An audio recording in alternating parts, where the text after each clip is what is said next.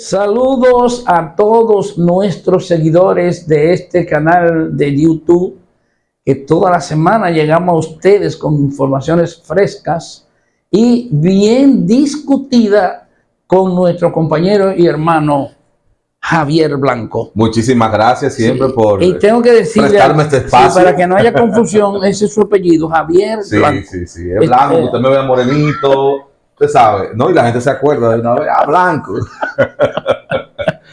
Don Antonio, cuénteme esta semana que hemos tenido muchas noticias, pero nosotros estamos concentrados en el sector comercio porque es lo que nos compete desde este canal de YouTube. Perfecto. Y socialmente ese es el aporte que se hace de parte de Conacer, de nosotros como Conacer y de todo ese equipo a nuestros amigos los comerciantes, no los más fuertes, sino los que están... Perfecto. Tengo que decirle... más vulnerables. Sí. Para no decir más débiles, porque son más fuertes. Sí.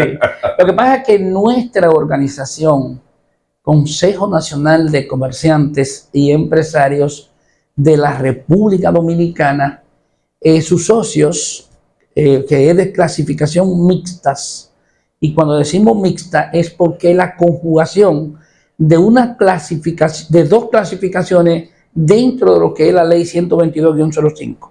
Cuando es mixta es porque tenemos una clasificación de servicio público para beneficiar a tercera persona y una clasificación que es de beneficio mutuo, que es justamente la parte de beneficio mutuo que nosotros representamos son las MIPYMES, porque las MIPYMES cuando se asocian a Conacer, lo que hace es que delegan en Conacer lo que son sus condiciones sociales, no sus condiciones económicas, porque las MIPYMES tienen y hacen grandes aportes sociales a la sociedad, incluido ser ser la tarjeta de crédito de los consumidores en todos los sectores del país. Entonces, una cátedra, señor. Entonces, en ese sentido, somos mixtas. Entonces, trabajamos para apoyar personas que necesitan apoyo sociales y en especie.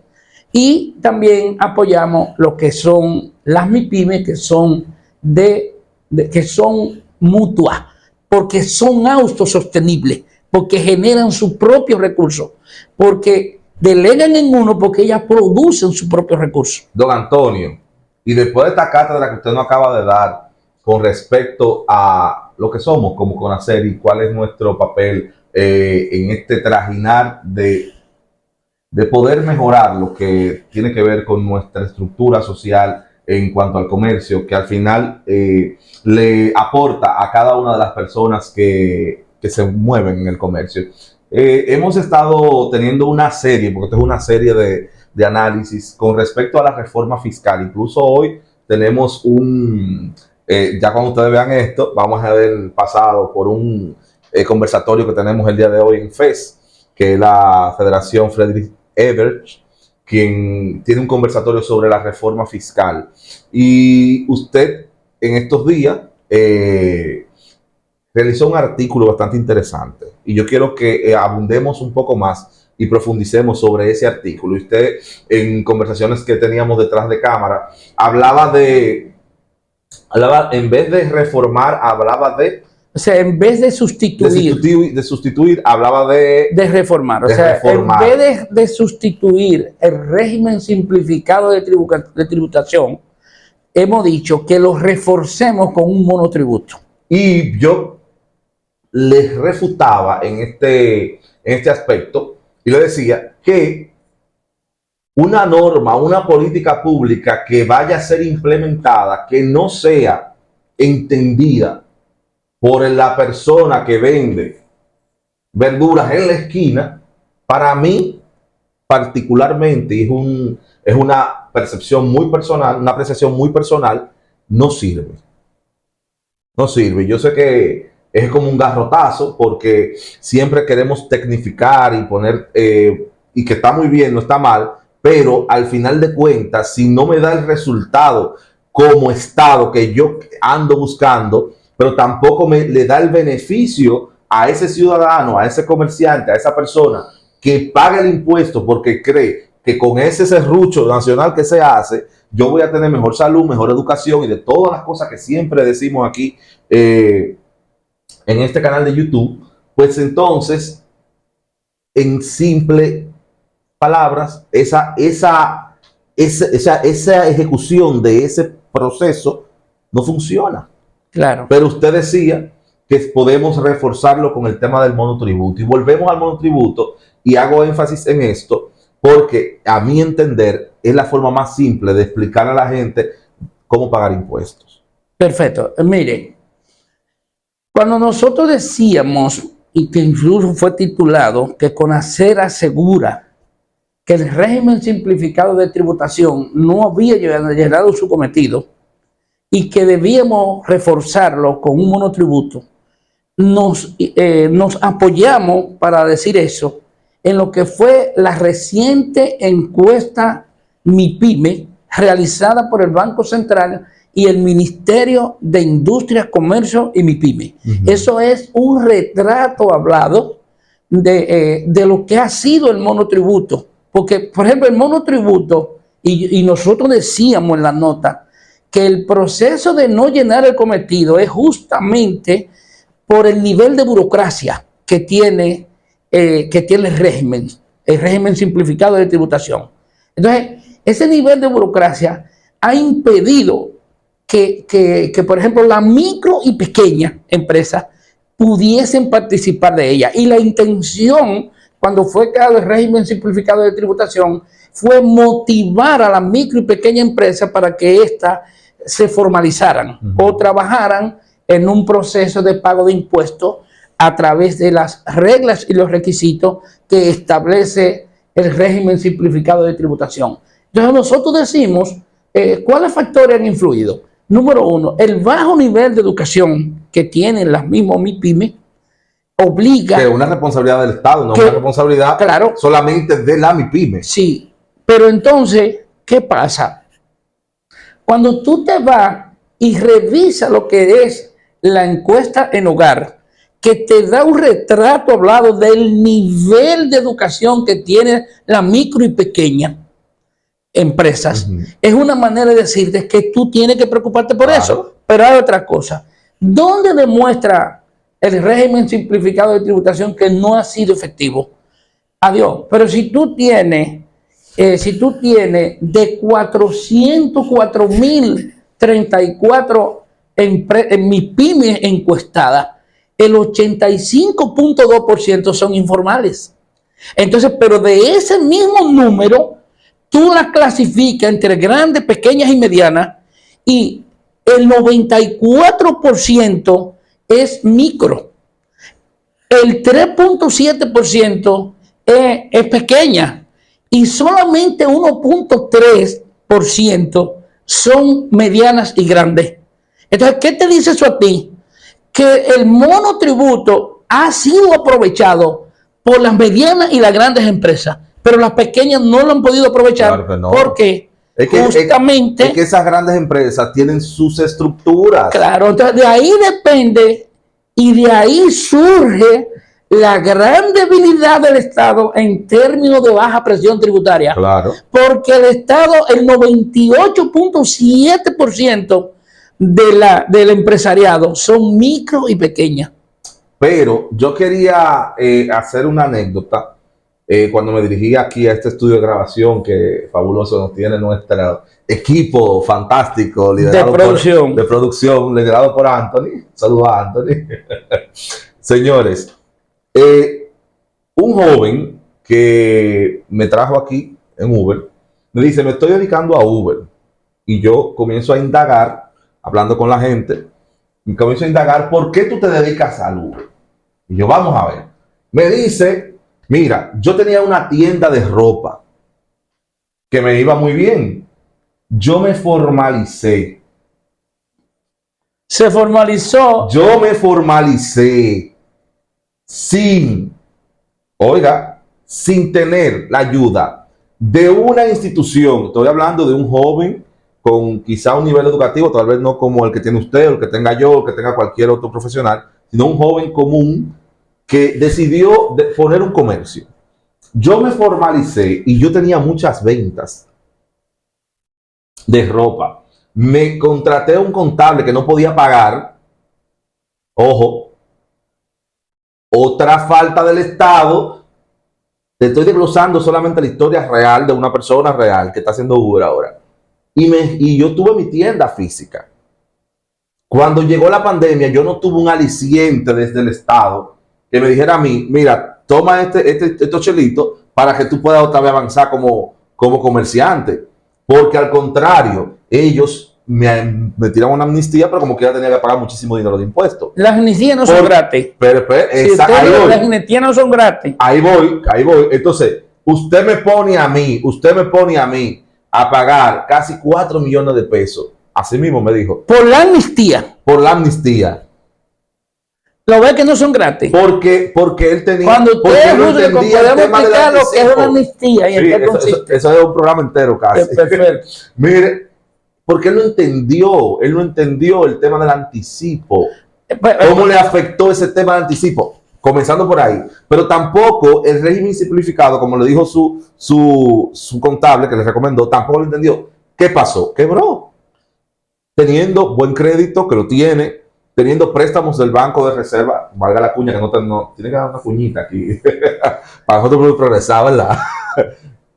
Del Banco de Reserva, teniendo sus préstamos, y el tipo organizado, como estructura. Pero si tú tienes un acompañamiento de la Cámara de Comercio, por ejemplo, del Ministerio de Industria y Comercio, de una estructura estatal que te vaya diciendo... De Industria y Comercio, una dirección que se llama Comercio Interno. No sirve. Que ese comercio interno es justamente para orientar la incapacidad de los micros y pequeños. Porque ese Uber que me trajo aquí. Y para darle la clasificación a su MIPYME. Pero, don Antonio, ese Uber que me trajo aquí no conoce eso, lo conoce usted. Claro. ¿Por qué? Porque usted tiene ¿cuántos años con hacer? Y vamos a recalcar otra vez cuántos años tiene usted con hacer. No, yo no tengo tanto. Usted no. Vamos a poner usted en el comercio. ¿Cuántos años? No, yo tengo más de 30 años. Más de 30 años.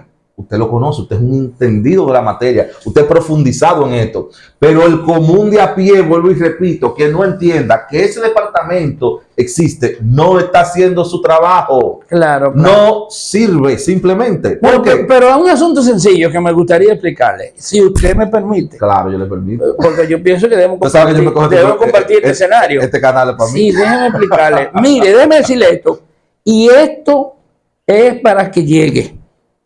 Mire, por ejemplo, CONACER, desde el año 2015 viene desarrollando un programa de formación de líderes comerciales y empresariales, donde los temas que comenzamos a desarrollar siempre han querido ser coordinados con el Estado, sobre todo con la dirección de fomento a la MIPYME, que dirige a Jorge Morales. Y ellos han elaborado programas de educación dirigida a eso. Y usted sabe lo que hacen ellos, que cuando van a convocar para dar programas educativos dirigidos a las MIPYME, lo que convocan son los empleados, los mismos empleados del Estado. Y los mismos empleados del Estado, porque no tienen capacidad para invitar a MIPYME, porque no tienen dominio como lo tiene CONACER, que tiene una membresía nacional, y cuando invitan son negocios genuinos y reales, que son los que necesitan. Y en eso usted Banco de Reserva diciendo que está haciendo un programa que se llama Bancarizarte es Patria. Pero ¿a quién están convocando? Es gente común de la calle, no es comerciantes, no son MIPYME. Entonces, para eso se llevan el administrador del banco, y llevan el viceministro, el director, el ministro de la presidencia, convocando para que la gente vaya. Así hasta yo pudiera ir. Clickbait, ya ustedes saben. Bueno, y eso que usted acaba de decir, don Antonio, es sumamente importante. Porque, bueno, como le decía la producción... Sí, pero detrás de eso hay un secreto que yo no lo voy a decir. ¿Cuál es el secreto? Hay un secreto. ¿Quién no sabe que para hacer un taller de MIPYME o un taller para bancarizarse hay una serie de costos que se utilizan en mano de obra? Claro. ¿Y cuáles son esas manos de obra que utilizan? ¿A quiénes le pagan? ¿A dónde va ese dinero? Muchas veces se queda en el mismo círculo. Con eso le paso la palabra. Pero, don Antonio, vuelvo y les repito, nosotros tenemos personas, para no hablar para no especificar quiénes personas, cuáles personas, nosotros tenemos personas que no entienden su rol en el Estado, que no entienden cuál es el rol, a qué usted va al Estado, qué es lo que usted tiene que hacer cuando usted llega ahí. Cuando usted llega, usted tiene que pensar es en el colectivo y cuánto usted le va a aportar a ese colectivo, no cuánto yo me voy a ganar, porque ya cuando usted entra en esa posición, ya hay una serie de compensaciones que usted la tiene. Pero saliendo de ahí de ese tema, que es más engorroso y sirve también para un programa, para hablar de todos esos funcionarios, lo podemos mencionar, que a mí yo no tengo miedo. El monotributo. Pero porque una cosa es tener miedo porque no diga la verdad. Claro. Y otra cosa es decir las cosas como son y no tiene que rendirle cuenta a nadie. Totalmente. Porque está diciendo la verdad. La verdad. Pero el monotributo, como ya hemos hablado en anteriores episodios de este querido canal de YouTube, que no dijimos que tienen que seguirnos y que tienen que comentar, pero lo decimos al final. Se lo vamos a decir. Claro. El monotributo, que ya se ha aprobado en muchísimos otros países que funciona, vendría para el Estado. Que es lo que estamos proponiendo como refuerzo al régimen simplificado de tributación. Vendría a ser para el Estado esa bocanada de aire y de oxígeno que necesita para que realmente ese dinero vaya a esas personas que están haciendo ese pago. Claro. Como yo le llamo, el serrucho colectivo. Ese pago que se está haciendo, que realmente se va reflejado, porque ese es el problema también, don Antonio. Sí, pero yo quisiera... Que no hay transparencia. Y volvemos otra vez al tema de la transparencia. O sea, el Estado debe ser claro. Sí, entonces, si no es claro ahora de cómo se utilizan los fondos, de cómo el Estado... ¿Cómo debe utilizar los fondos? Cómo el gobierno, porque no es el Estado completo, cómo el gobierno reparte esos beneficios o ese serrucho colectivo que hacemos nosotros, cómo el gobierno distribuye, a quién beneficia. Sí. Y bueno, hemos visto en todos los gobiernos que hemos tenido en República Dominicana que al final de cuentas, ¿a quién beneficia? ¿A quién beneficia? ¿A quién beneficia? Al partido que está en el poder. Al partido. Y a la gente que está alrededor del partido que está en el poder. Y a los negociantes de siempre que han estado ahí. Sí, pero es porque hay gente que tiene una MIPYME para vender y suplir productos, y hay otros que tienen esa misma MIPYME para apoyar los gobiernos de turno, para que los gobiernos de turno, en un momento como este, que debe hacerse una reforma fiscal integral, justa, equitativa, y identificando fuentes de recursos sostenibles a largo plazo para que la economía se estabilice. Entonces, en ese sentido, cuando nosotros hablamos de reforzar el régimen simplificado de tributación con un monotributo, estamos diciendo que, por un lado, tú vas a trabajar en el mercado el 98.7%. Escuchen eso ahí. Repítalo ahí. El 98.7% de la micro y pequeña, que son el universo del empresariado. Entonces, en ese sentido, el Estado también debe remontarse a lo que fue el Tratado del Libre Comercio cuando desaparecieron los márgenes de beneficio y se trabajó por volumen. Entonces ahora, ¿por qué por volumen? Porque el 98.7% de la micro y pequeña empresa van a generar, por el volumen de empresa, mucho más beneficios que las medianas y las grandes. Las medianas y las grandes son 1.3%. Y de eso está el volumen. Y de eso está dependiendo el Estado. El Estado y otras cosas. Si el Estado no hace una reforma fiscal integral, justa, equitativa, revisando lo que son los incentivos fiscales, revisar con esa gente que está recibiendo incentivos fiscales y preguntarle si tuvieran en el país empresas extranjeras, si no tienen esos incentivos fiscales. Si el gobierno no hace eso y no hace una reforma fiscal como tal, se está previendo que en el país pueda haber estallido social. Y tomando en consideración eso, ya eso está en los mercados internacionales y por eso hoy aquí hay una comisión del Fondo Monetario Internacional para evitar que esa reforma fiscal vaya a hacer el mismo daño que ha hecho siempre, maltratar los chiquitos y maltratar los medianos. Entonces, en ese sentido, tenemos que luchar por eso. Luchar y estar de frente siempre, porque en ese mismo estallido social que puede darse, porque nuestro gobernante actual que se religió, esperemos que sea sensato. Después del 16 de agosto, señor presidente de la República, con todo el respeto que usted se merece, yo espero que usted se siente de manera sensata en su casa, con su familia, a pensar cómo usted hará una reforma fiscal equitativa, claro, que es igual a equilibrio. Sin el equilibrio no existe una sociedad justa. Ustedes vieron la línea de por dónde usted tiene que ir, señor presidente de la República. No es solamente su sector, que ya sabemos cuál es el sector que usted ha beneficiado en estos 4 años y no hemos dado cuenta. Es que usted se siente a pensar una reforma fiscal, a pensar, no a hacer vainas paliativas que resuelven un pedacito de la cosa. No. Es una reforma integral, justa, porque en ese estallido social usted me va a tener a mí de frente, a don Antonio de frente y a CONACER completo de frente en las calles, hay que estar en las calles.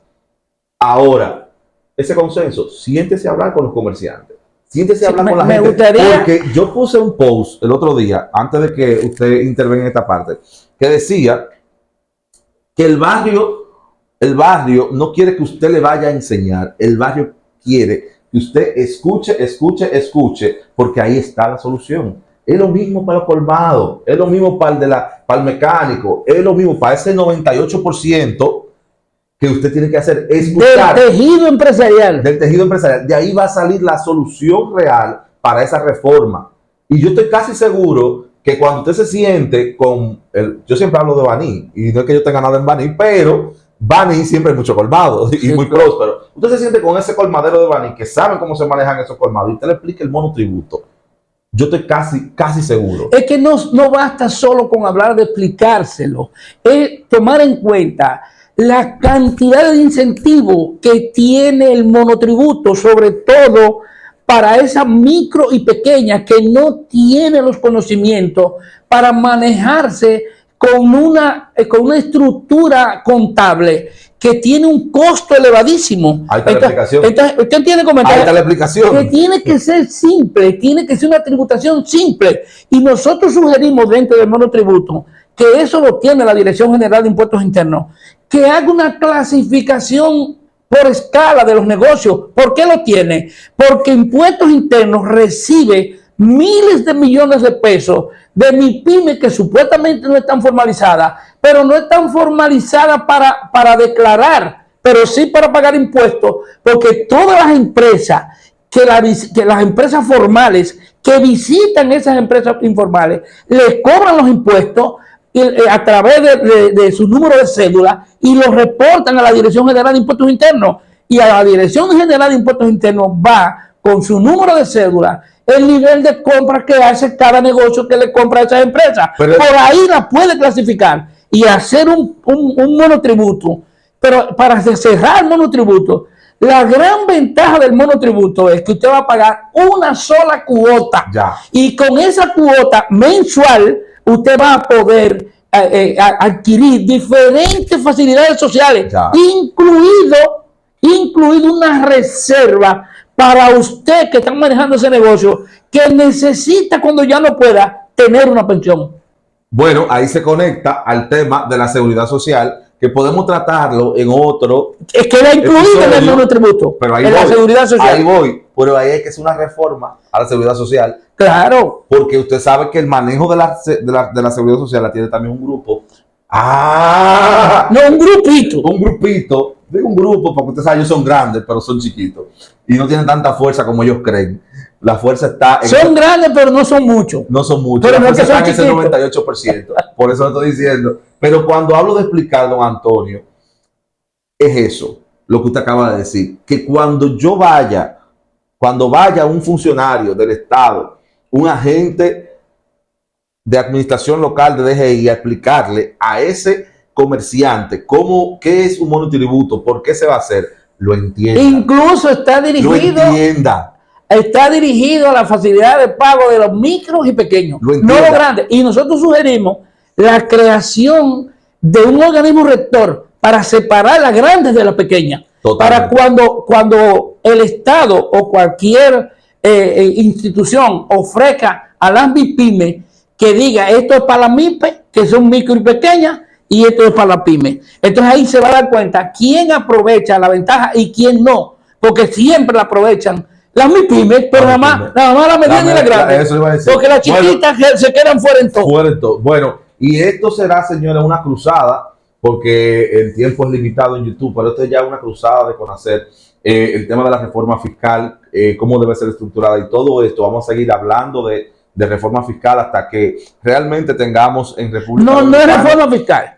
Reforma fiscal integral. Integral, sí. No una me reforma le fiscal integral. No me le quite integral. Así mismo es, una reforma fiscal integral. No me le quite integral. Hasta que tengamos en República Dominicana un instrumento que hable, que reduzca esa brecha de desigualdad social que existe en nuestro país, tanto en los comerciantes como en la población en general. Don Antonio, ya hemos terminado el día de hoy. Sí, yo solamente voy a decir, tenemos obligatoriamente que montarnos en el tren de la tecnología. Número 1, el pueblo está avanzando. Número 2, estamos conociendo muchas informaciones. Yo hablo de que el barrio es progresista. Que los barrios están progresando. Y lo que quiero decir es que no vengan los que sean elegidos o los que queden en lo que va a ser una mesa de discusión para implementar la reforma fiscal integral, sino que sea justo y que esa justicia sea aplaudida por el pueblo, no rechazada por el pueblo. Totalmente. Porque sin ese consenso no hay nada. Sin ese consenso no hay nada. Y como un pueblo está pasando mucho trabajo, eso no significa que no nos tiremos toda la calle porque tenemos que defender las necesidades de los chiquitos. Dios nos dio a nosotros la oportunidad que a muchos no le dio, a ser pequeños y hablar por los pequeños. Recordarles, seguirnos, suscribirse, dar like, comentar, compartir, porque estamos aquí para ser la voz de esos comerciantes. Pero no olvide tu like. Hasta la próxima.